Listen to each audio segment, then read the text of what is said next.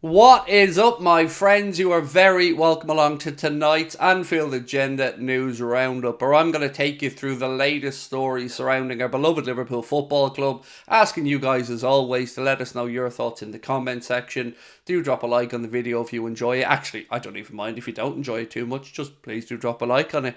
And of course, don't forget to hit that subscribe button as well. So tonight, my friends, we're going to be looking at a couple of things in particular. A young player that Liverpool have been linked with a potential future move, the investment that FSG have taken on, and a couple of other little bits and pieces along the way. So I'm going to get straight into it. Don't forget though, do let us know your thoughts in the comment section. So let's start off with a player that Liverpool and Chelsea have been linked with. Now I know as soon as I say the phrase Liverpool and Chelsea, many of you are right now going, well, it doesn't matter now, Craig, does it? Because whatever we offer, Todd Bowley's just going to give him a 5,000 year contract and give him more money than we're willing to give him. Maybe, but I do think it's worth addressing because he's a player that you guys have mentioned to me and somebody that I had to bring up once I seen the link. So, the media are reporting that Liverpool are rivaling Chelsea in a bid to bring in Leece defender Patrick Dorgu. Now, I'm not going to sit here and proclaim to know much about this young man. I know absolutely very little about him other than he's 18 years of age and he's being described as a solid long-term investment. So if Liverpool, Chelsea or anybody else are looking to bring in the best young talent from around Europe, and let's face it, we all are, then maybe this is the type of player that Liverpool could look to bring in. Then they go on to say that Liverpool are looking at him as a potential alternative to Andy Robertson, which doesn't really make too much sense when you look at the point of view that Kostas Tsimikas has just signed a new long-term contract with Liverpool Football Club. That being said, this kid is just 18 years of age, as I've mentioned, so if he was brought into the football club, definitely would be one for the longer term, so probably not getting in the way of Andy Robertson or Kostas Tsimikas too much. So I want to know what you guys think. Maybe you watch a lot more Serie A than I do, which quite frankly wouldn't be too hard. Let me know if you know much about Patrick Dorgu. Is he the type of profile you'd like to see Liverpool looking at, or do you think it's just more media hype?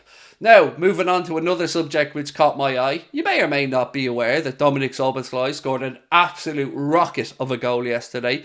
Yeah, I'm sure you've seen it at this point, and my God, what a strike. Shades of Stevie G, you might say. In fact, there are people who've actually put side-by-side comparisons. But one person who was also quite impressed and who took to social media to pull up a post of a rocket was ... Jude Bellingham. The same Jude Bellingham who could have been part of this Liverpool midfield, could have been part of Jurgen Klopp's rebuild. Well, it obviously hasn't caught his attention how good Szoboszlai is, and fair play to him for posting the rocket. It was a rocket of a shot, in fairness, and I don't blame Jude for casting an eye over it and thinking, maybe. You never know. Maybe if it doesn't work out. I'm not going down that street again. Obviously, I'm not. But good to see that he's at least been acknowledged by Jude Bellingham and other people around Europe, because he's done nothing but impress me since he's come in. 22 years of age, Szoboszlai, already Hungary captain. And look, if you ask me, he has potential future Liverpool captain written all over him. Could be himself and Trent long-term captain, vice-captain. Let me know your thoughts on that one.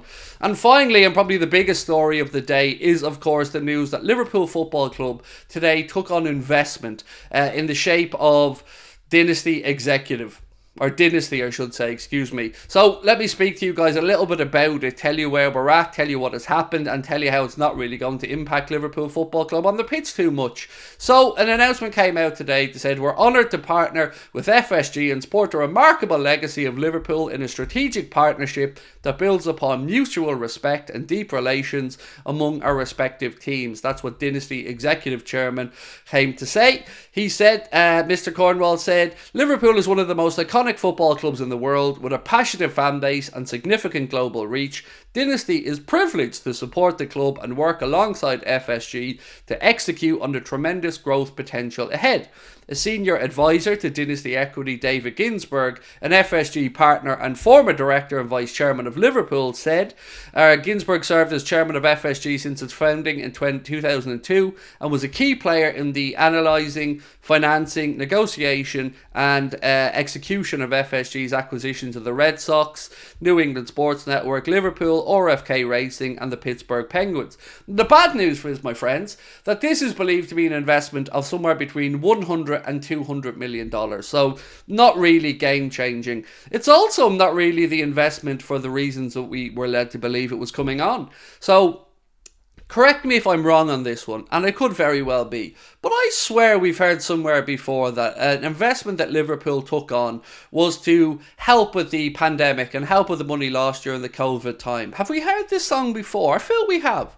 And this time, well, same again. This investment is not to be giving Jurgen Klopp a war chest. It is not to strengthen the playing side whatsoever. It is merely to once again apparently cover the losses suffered during the COVID pandemic, and of course the money towards the redevelopments around Anfield and a few other bits and bobs. Answer me this question.